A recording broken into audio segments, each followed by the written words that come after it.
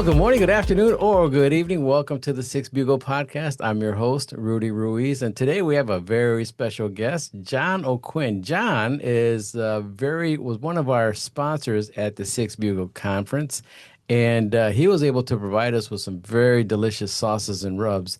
And we had a special gift that he provided for our attendees, and luckily. Laura Fagel was from Cincinnati, was a lucky winner, and she was able to take a prize pack back home to Cincinnati, and which fortunately that's where John is currently from. He was originally from here in Toledo, but moved down there. He is a football player, played for the Cincinnati Bobcats, and now he's got a wonderful business providing sauces and rubs for barbecue enthusiasts. And that's one of the reasons why we thought we'd invite him out to the Six Bugle podcast to talk a little bit about what his product is all about. So, John, how are you? Just fine, Rudy. Thank you for having me. I'm looking forward to it. And Laura, I really hope you enjoyed the gift pack that you received. She was very excited when she had won it, and I was very specific. I told her, make sure you share this with your firefighters because firefighters love the barbecue. You know that, right? Yeah, yeah. So I have a couple questions for you here, John. In your tagline, you mentioned that we make every drop of our sauces by hand in small batches in rural Ohio. In a world of mass-produced condiments, what drove you to commit to this hands-on small batch approach? It's quality control of the ingredients. And that's really the bottom line. When you receive one of my products and you read the label, what is on that label is exactly what's in that container. There's no additional additives, preservatives. There's nothing that you have to get a dictionary to figure out how to pronounce or find out what. And there's nothing that is manufactured to taste like something else. Right. Quality control. Absolutely. And you did that for a very specific reason, right? You had to make sure that you were kind of limiting yourself on salts and sugars. Yes. For I'm a diabetic with high blood pressure. So my recipes reflected as my health issues changed, I changed my recipes to adapt to those conditions. Right. The only exception being is the sweet sauce. I left that completely alone because it was, in my opinion, too good to mess with. So rubs, I took out sugars and I took out salts, and I developed the mustard sauce that I have as something that I could eat because it's lower in sugar Hmm. and affect my diabetes as the sweet sauce does because that's exactly what it is. It's sweet and Right. there's a lot. Right. And the way people are eating now, that they're more conscious about what they put in their bodies. And something like that is very important when we talk about organic things and non preservatives and chemicals and things like that. It's refreshing to see that there's someone out there that cares enough about their product to say, "Hey, there's nothing strange in this product," and provide that naturally by hand. So that's pretty awesome. And I get a lot of people when they come up when I do events that they go, "Oh, these things all they have is sugar and salt in them." I said, "Oh, just a minute." I said, and I direct them, to my two rubs. Like I said, the pork and chicken rub has zero sugar, zero salt, and then the beef rub is zero sugar and it's very low in sodium. So, and again, if you're a label reader when you go into grocery stores, 9 times out of 10, the first two ingredients is either sugar or salt.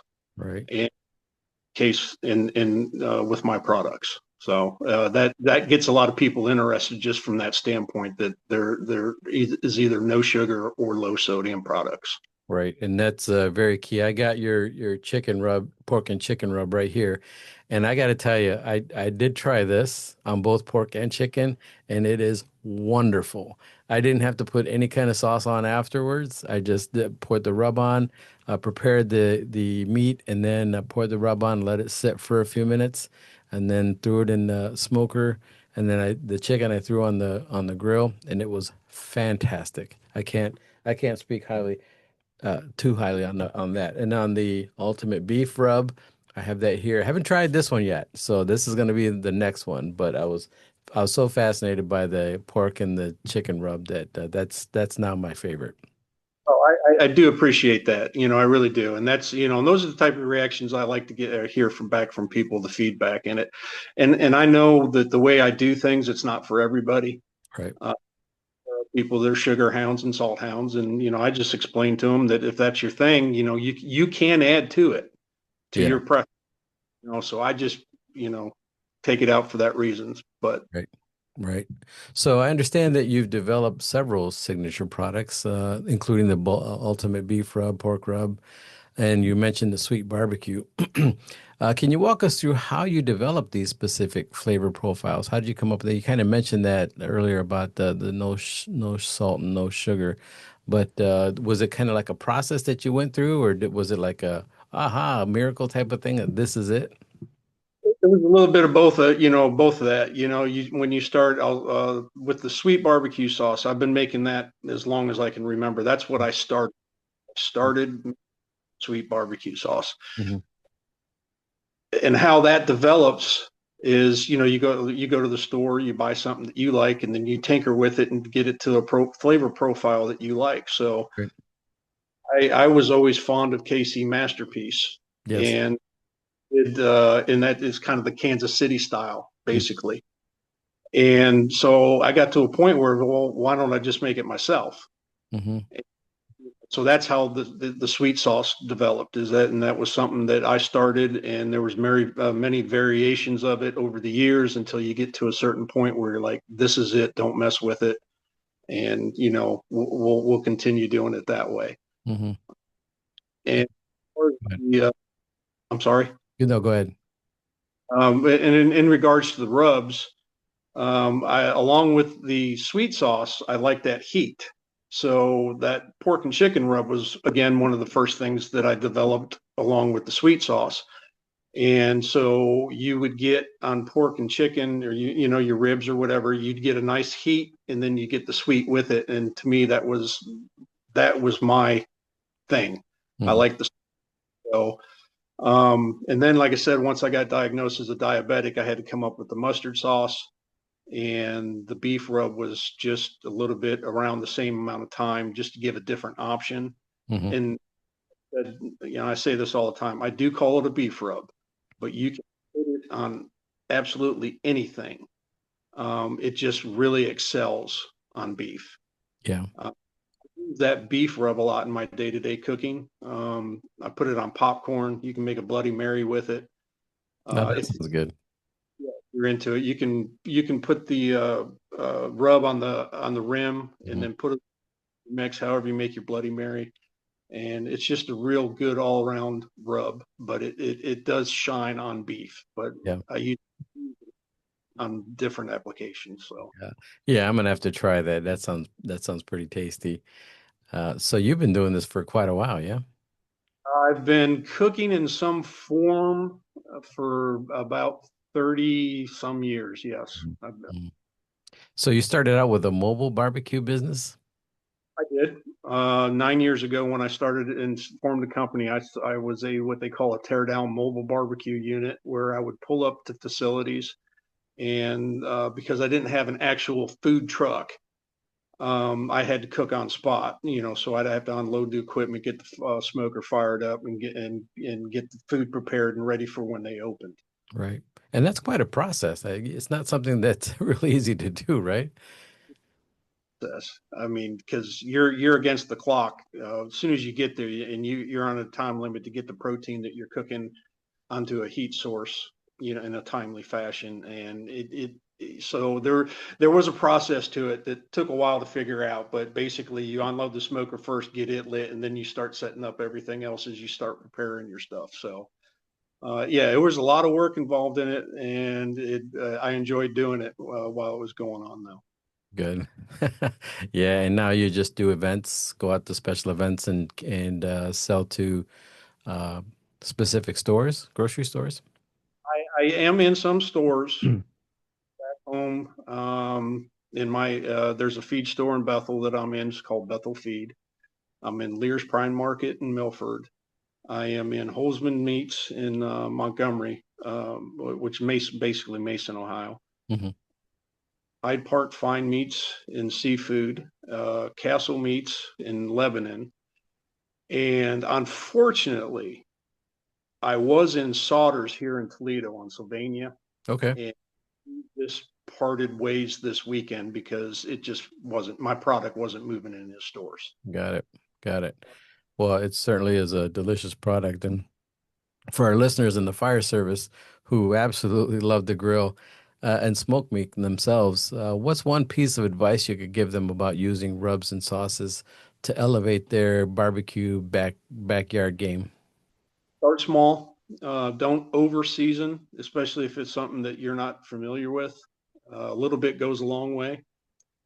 And the same thing with the barbecue sauce. If you can put too much of it on, and if you're especially that sweet sauce because of the high sugar content, if Hmm. you put it, especially grilling, I know people like it. There's a difference between char and burn, but Yeah. if you put sweet sauce on too early, you run the risk of you could burn the protein that you're cooking with, Right. and it's just taking those steps. Yeah. And it is a kind of a taste type of thing. You know, you practice and you do variations, just very similar to what you were talking about when you started out with KC Masterpiece and just kind of doctored it up a little bit until you found your taste and then you said, "Wow, this is good stuff," and shared it with your friends and family, and they said, "You got to bottle this stuff, right?" And basically, that's how it goes. Yeah, you start doing something, and again, and my philosophy when it comes to barbecue is the rub and the smoke. Personally, I personally do not sauce anything. Hmm. The sauce is there if you want it. Okay. But if you're going to run a business and be a barbecue individual, and again, this is my opinion, you're going to smoke the meat. You should have some of your own products to go in that'll stand up with it and that are quality ingredients. Right. That's how that just all evolved. Right. So And it certainly is a passion. You know, I can tell when you talk about your products that you're very passionate about what you do, and you care about the people's opinions. And we had a nice conversation a while back ago at a cigar bar. Enjoyed a nice fine cigar. Thank you for that. And also talked about some of your background and how you got to be where you are now. And it's a fascinating story. We certainly do want to invite you back to the Six Bugle Conference and maybe show up on our conference next year and maybe demonstrate how you prepare your meats and sauces and share that with our attendees. That would be fantastic. that we could definitely discuss down the road and see if we can fit it into the schedule. All right. Absolutely. I got it. I got it penciled in to make sure we include you. John, thank you very much for your time. We certainly do appreciate it. John O'Quinn from the Crusty Pig. We have all of his information on the end of this podcast, and feel free to reach out to him, and he'll take care of you. And if you have any questions or comments for John, feel free to reach out to him. He's always there, ready to answer any kind of questions, and to just talk about barbecue. I'm sure you're up to that, right, John? I'll talk to with anybody, anytime, for any amount of length that you want to talk. A lot of wisdom right there. John, thank you very much for your time once again. And thank you all for joining us here at the Six Beagle Podcast. Take care. Thanks for having me, Rudy. I appreciate it. You betcha, my friend.